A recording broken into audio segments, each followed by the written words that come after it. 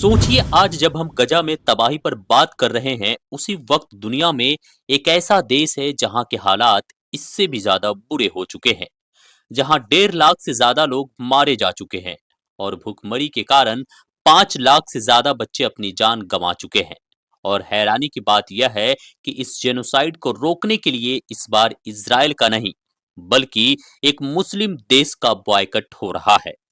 यह देश है सूडान और इस सिविल वार के पीछे की असली वजह है पावर नहीं, बल्कि एक ऐसी कीमती चीज जिसने अरब देशों को भी इस खूनी खेल में शामिल कर दिया है। आज हम इस भयानक सूडान सिविल वार की पूरी सच्चाई जानेंगे और समझेंगे कि इस ट्रेजेडी के पीछे यूएई और सोना का क्या एंगल है।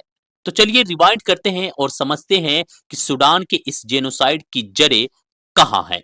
जरा सा कल्पना कीजिए, आप अपने सोशल मीडिया पर गजा पट्टी की तस्वीरें देख रहे हैं और तभी अचानक से आपको हर तरफ सूडान जेनोसाइड के पोस्ट दिखने लगते हैं। लोग अपने घरों से भाग रहे होते हैं और सड़कों पर लाशें नजर आ रही होती है। यह वो रियल इंसिडेंट है जो अभी अभी सूडान में हो रहा है। सवाल यह नहीं है कि यह वार क्यों हो रहा है, सवाल यह है कि इस सिविल वार को फंड कौन कर रहा है। क्यों एक बहुत ही अमीर और असरदार देश जिसे हम यूनाइटेड अरब एमिरेट्स के नाम से जानते हैं और इस देश का बॉयकट हो क्यों रहा है। आज हम उस गोल्ड एंगल को खोलेंगे जो दिखाता है कि कैसे एक कीमती धातु ने लाखों लोगों की जान ले ली है।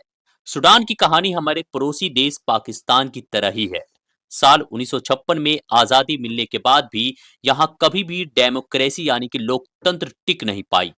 जब भी कोई गवर्नमेंट चुनी जाती है उसे आर्मी जनरल पलट देते हैं। साल 1989 में उमर अल बशीर ने तख्ता पलट किया और लगभग 30 साल तक राज किया।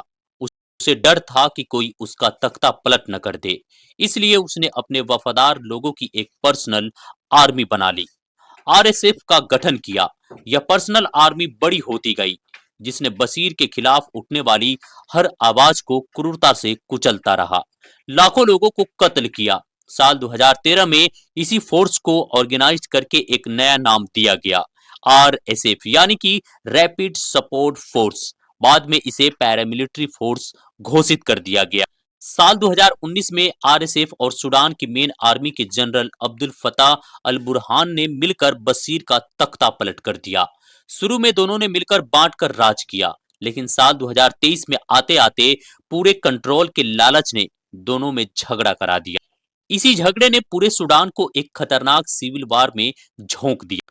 आज नॉर्थ और ईस्ट का ज्यादातर इलाका मेन आर्मी यानी कि एसएएफ के कंट्रोल में है, जबकि डारफूर सहित वेस्ट का इलाका आरएसएफ के कंट्रोल में। यह सिविल वार पिछले लगभग 2.5 साल से चल रही है, जिसने 10 लाख से ज्यादा लोगों को विस्थापित कर दिया है। लेकिन इस ट्रेजेडी में सबसे ज्यादा चिंताजनक है गोल्ड और इंटरनेशनल फंडिंग का एंगल। पिछले दिनों डारफूर के अल फासिर शहर पर आरएसएफ का कब्जा हो गया। रिपोर्ट्स बताती है कि शहर में घुसकर आरएसएफ ने अंधाधुंध कत्लेआम किया, लूटपाट की और ह्यूमन राइट्स का उल्लंघन किया। यही वायरल इमेजेस इस जेनोसाइड की वजह। सूडान की मेन आर्मी ने खुलेआम यूएई पर इल्जाम लगाया कि आरएसएफ को फंडिंग सिर्फ और सिर्फ यूएई दे रहा है। डिटेल्ड मीडिया रिपोर्ट्स के हिसाब से इल्जामों को सच साबित किया गया। ऐसे में सवाल उठता है, तो यूएई ऐसा क्यों कर रहा है? वजह है सोना। सूडान पूरे अफ्रीका के उन टॉप देशों में आता है जहां जमीन के नीचे सबसे ज्यादा सोना मौजूद है। अब आरएसएफ का कंट्रोल उसी जमीन पर है जहां यह सोना निकलता है। रिपोर्ट्स के अनुसार यूएई इसी सोने को आरएसएफ से अवैध या वैध तरीके से बहुत सस्ते दामों पर खरीदता, फिर यह सोना यूएई मार्केट में उतरते ही लीगल हो जाता है। इस गोल्ड नेटवर्क से मिलने वाले पैसे से ही आरएसएफ अपने फाइटर्स की सैलरी, हथियार और बाकी खर्चों का इस्तेमाल करते हैं, जिससे यह सिविल वार पिछले 2.5 साल से जारी है। मेरी राय में सूडान की यह ट्रेजेडी कोई पावर स्ट्रगल नहीं है, यह मानवता पर लालच की जीत है। यह ठीक वैसा ही है जैसे शरीर में गैंग्रीन हो जाए और पड़ोसी देश उसी जहर को और फंड करता रहे। सिर्फ आरएसएफ के फाइटर्स या जनरल ही क्रिमिनल्स नहीं है, असली क्रिमिनल वह ग्लोबल सिस्टम है जो सस्ता सोना हासिल करने के लिए बच्चों की मौत पर आंखें बंद कर लेता। जब यूएई के एक लीडर को स्टेट माफिया कहा जाता है तो ग्लोबल लीडर्स को एक्शन लेना चाहिए था। एक स्टेबलाइज मुनाफा कमा रही है, जबकि एक गरीब देश का अस्तित्व दांव पर लगा हुआ है। सिर्फ कंडेम करने से कुछ नहीं होगा। इस गोल्ड फंडिंग नेटवर्क पर सख्त सजा लगनी चाहिए, तभी यह सिविल वार रुकेगी। तो दोस्तों, सूडान की कहानी मानवता और पैसे के बीच की भयानक टक्कर है। जब तक इस वार को फंड करने वाला गोल्ड नेटवर्क नहीं टूटता, तब तक वहां शांति नहीं आ सकती है।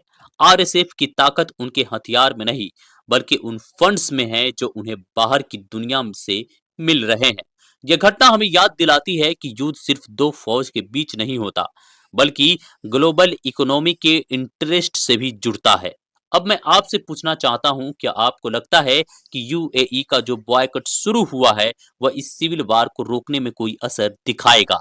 और क्या यूएन और ग्लोबल पावर्स को इस इंटरनेशनल गोल्ड नेटवर्क पर सख्त एक्शन लेना चाहिए? आप अपनी राय हमें कमेंट सेक्शन में जरूर बताएं। मिलते हैं एक और शानदार वीडियोस में, जब तक के लिए आप इस वीडियोस को देख सकते हैं।